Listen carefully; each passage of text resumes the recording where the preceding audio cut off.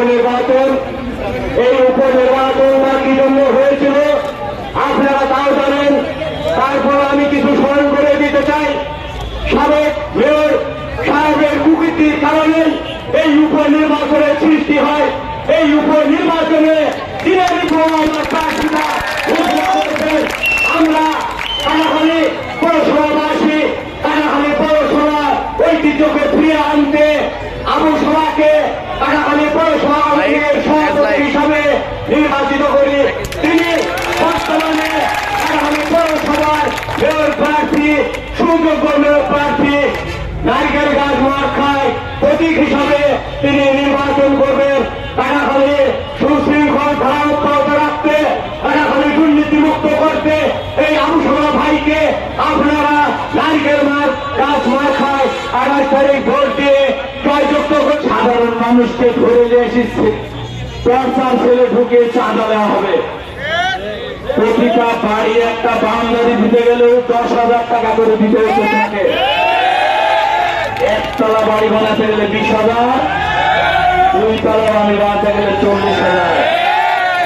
আমরা রাজার আমলের শাসন আমরা সিনেমাতে দেখেছিলাম। রাজারা কিভাবে প্রজাকে শাসন করে, সেই শাসনটাই তুমি গোটা কাটাখালীবাসীর কাছে চালু করেছিল। তোমার উন্নয়ন দেখেছি আমরা।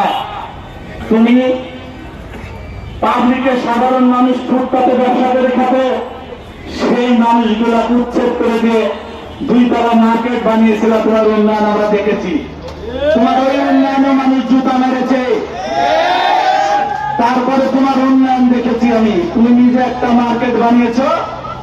মার্কেটের সামনের রাস্তা পরিষ্কার করার জন্য সরকারি 8 তলা তুমি জোর জবরদস্তি মানুষ ব্যবসা করে খায়, সেই জায়গাগুলো ভাঙে তোমার রাস্তা করেছো। এটাই তোমার উন্নয়ন। তোমার আরো উন্নয়ন দেখেছি আমি। তোমার পুরাতন বাড়িতে যাওয়ার জন্য জোর করে মানুষের জায়গা দখল করে একটা রাস্তা বানিয়েছো। এটাই উন্নয়ন। কিন্তু কাটাখালী থেকে বেলঘরে মানুষ যেতে পারে না, চলতে পারে না, একটা সাইকেলও যেতে পারে না। এই রাস্তাগুলো তুমি করতে পারোনি। দেওয়ানপাড়া থেকে শ্যামপুরে সলিঙ্গের রাস্তাটা মানুষ চলতে পারত না, ওটা আমি করিয়েছি। এবং কাটাখালী থেকে বেলঘরে হ্যাঁ, তুমি কিছু মানুষকে কাটাখালী পৌরসভার 10 কেজি করে চাউল দিয়েছ। কিন্তু গোটা কাটাখালীর যত মুদিখানার দোকান আছে সব দোকানে চাঁদাবাজি করেছ। কাটাখালীর প্রতিটা দোকানদার তোমার কাছ থেকে 1 কোটি টাকা পায়। তুমি ধার বাকি শোধ করো, আমি মানুষের লিডার চাল খাওয়াছ। আমি ভেবেছিলাম তুমি যেইভাবে লাঞ্ছিত হয়েছ, তুমি যদি সম্মানী মানুষ হতে তাহলে সেখান থেকে সরে এসে আসার পরে কাটাখালীতে রাজনীতি করার মুখ দেখানোর মতন অবস্থা তোমার ছিল না। তুমি যদি সাধারণ একজন ভদ্রলোক হতা তাহলে তুমি অবশ্যই রাজনীতির নামে আবার সন্ত্রাসী কাটাখালী সন্ত্রাসী কীর্তিকলাপ চালানোর জন্য প্রস্তুত নিতা না। তুমি আম্মাজানকে ভোটে দাঁড়িয়ে দিয়ে আব্বাজান সেজে আবার কাটাখালী মানুষের কাছে তুমি সন্ত্রাসী কাটাখালীতে আর তোমার সেই জায়গা হবে না। তুমি এটা ভেবে না যে আমি আবার সেই সন্ত্রাসী কীর্তিকলাপ আমি কাটাখালীতে চালাবো।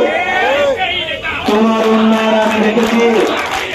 কাটাখালীর প্রতিটা দোকানদারকে তুমি ডেকে নিয়ে যায় রাত্রি 3টা পর্যন্ত আমি তুমি দোকানে বসিয়ে রেখেছ, নিরীহ মানুষকে ধরে নিয়ে গেছো। তোমার উন্নয়ন আমি দেখেছি। তুমি বাসার থেকে বাড়ালে রাজার মতো তোমার রাস্তা পরিষ্কার করতে 50 জন লোক লাগতো। আমি তোমার উন্নয়ন করেছি। একজন সাধারণ মানুষ একটা মোটর সাইকেল বেশি রাখবে, তুমি জোর করে তুলে নিয়ে গেছো। আমি কাটাখালীর উন্নয়ন আরো দেখেছি।